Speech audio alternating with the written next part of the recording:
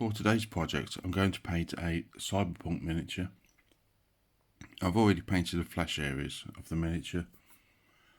So now what I'm doing is I'm starting off with the darkest metallic paint I've got. And then I'm working through the process of the metallics, going from the darkest to the lightest. And I'm adding a few extra areas and different spots to replicate where light would be bouncing off the metal. And once all the metallics are dry, the next thing I wanted to do was go over the metallic areas with a null oil gloss to give it a nice shininess to the metals, but it also helps to add a darkness to the recess areas. To work on the trouser area of the miniatures, and I decided I wanted to try and make them look like denims, which I've never tried to paint denims before. I started off with my Crag Blue first and made sure I got into all the areas necessary.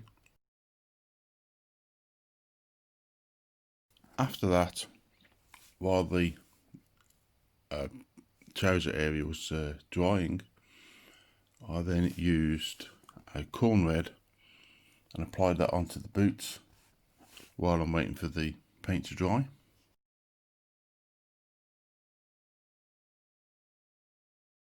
Once the first coat of the paint was dry on the trousers, the next thing I did was mix some of the Crag Blue with some Lothern Blue, and I applied a coat, and then I built up the coats each time, adding more and more of the lighter blue. But to try and get the denim look, what I decided to do is to dry brush the area so it picks it out with little spots of paint to make it progressively lighter.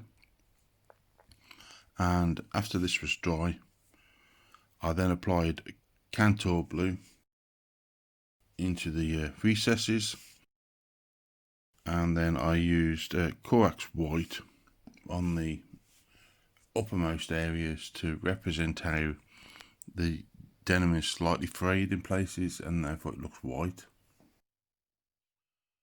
Now with the trousers finished, we can go back to working on the boots, and I started off by using a lighter red to pick out some of the areas on the boots with the edges and whatnot. And then once that's dry, you can then apply Carroburg Crimson onto the entire of the boot, which will tone the boot down. Once that's dry, I then put a second layer of the lighter red just on the edges of the boot, and then I applied Carroburg Crimson a second time.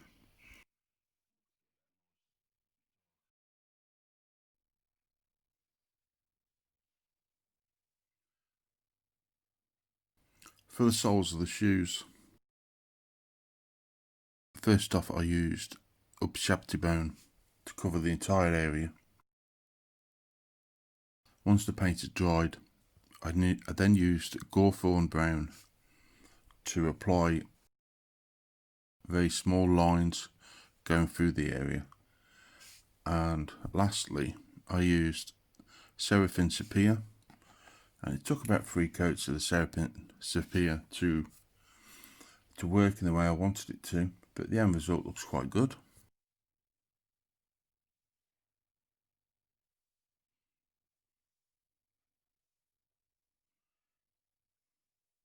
For the various black areas on the miniature, where there's some pouches, belts, places like that, we started off with Abaddon Black. Then we worked through the area with Skavenblight Dinge, and lastly, just to pick out the highlights, we used some White Scar.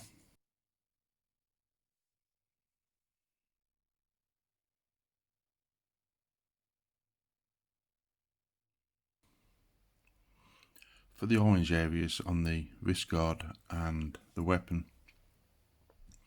I'm actually using a very old orange paint, so it's not really worth mentioning the colour itself.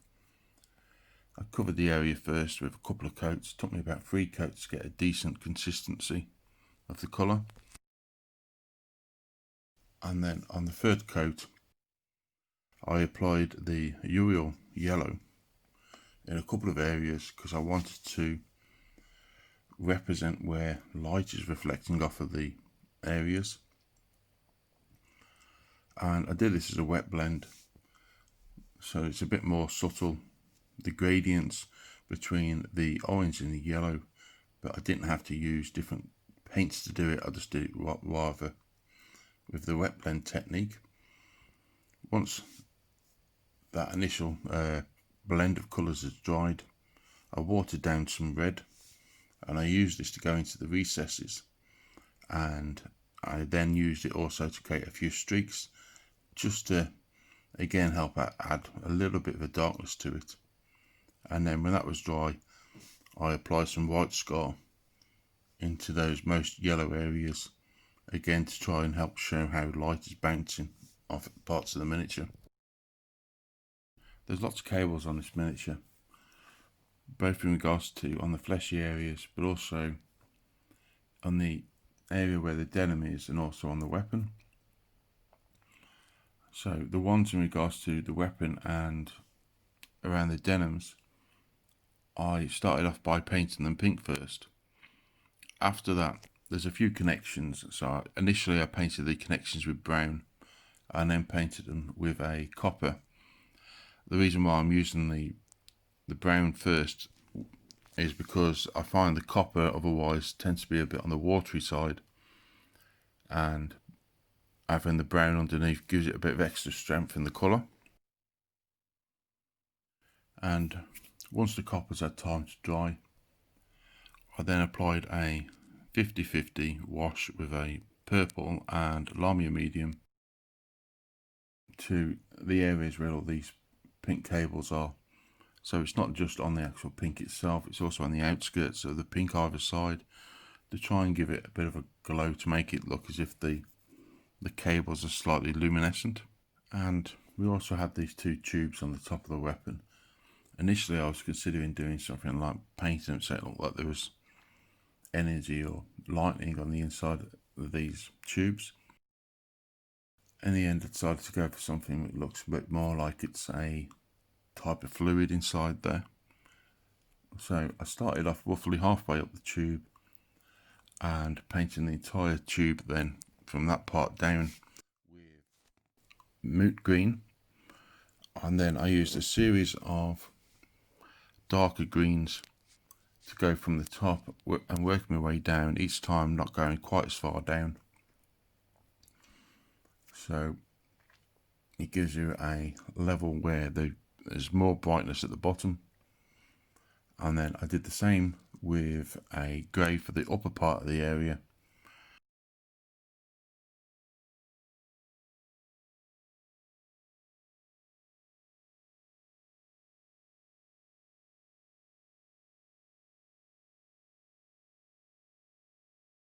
Once these areas are dry, I would put a fine line of white going straight up the tube to represent how light is bouncing off the tube itself, and then I put a gloss varnish over the tube to try and make it look like it's glass.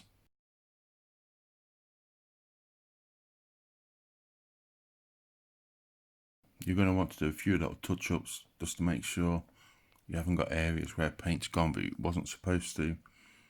The base will need to be painted, and the shoelaces, and at that point I would say the miniature is finished.